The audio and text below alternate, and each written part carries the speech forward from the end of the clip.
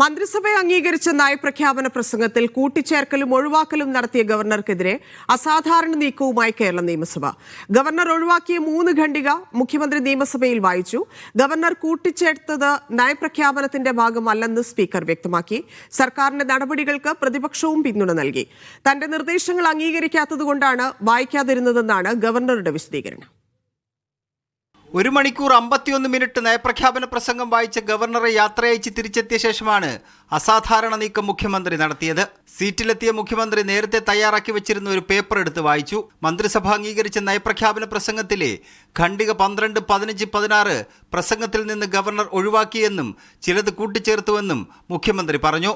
നയപ്രഖ്യാപന പ്രസംഗത്തിലെ ഖണ്ഡിക 12, 15, 16 എന്നിവയിൽ ബഹുമാനപ്പെട്ട ഗവർണറുടെ പ്രസംഗത്തിൽ ചില മാറ്റങ്ങൾ വരുത്തിയിട്ടുണ്ട്.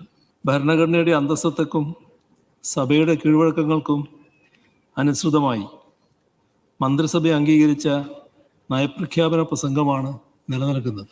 കേന്ദ്ര സർക്കാർ കേരളത്തിൽ ഉണ്ടാക്കിയ സാമ്പത്തിക ഞെരുക്കത്തെക്കുറിച്ചും അതുമൂലം കേരളം നേരിടുന്ന പ്രതിസന്ധിയെക്കുറിച്ചുമാണ് ഖണ്ഡിക 12 പറഞ്ഞിരുന്നത്. നിയമസഭ പാസാക്കിയ ബില്ലുകളിൽ ഗവർണർ ഒപ്പിടാത്തതും അതിനെതിരെ സർക്കാർ സുപ്രീം കോടതിയിൽ പോയതുമായിരുന്നു ഖണ്ഡിക 15 പറഞ്ഞിരുന്നത്. കേരളത്തിനുള്ള നികുതി വിഹിതം കുറച്ചതും ഇതുമൂലം സർക്കാർ നേരിടുന്ന പ്രതിസന്ധിയും കേന്ദ്ര സർക്കാരിന്റെ ഫെഡറൽ തത്വങ്ങളുടെ ലംഘനവുമെല്ലാം വ്യക്തമാക്കുന്നതായിരുന്നു ഖണ്ഡിക 16. ഇത് 3 ഗവർണർ വായിച്ചില്ല. മന്ത്രിസഭ അംഗീകരിച്ച നയപ്രഖ്യാപനമാണ് നിയമസഭ അംഗീകരിക്കുന്നതെന്ന് സ്പീക്കർ പറഞ്ഞു.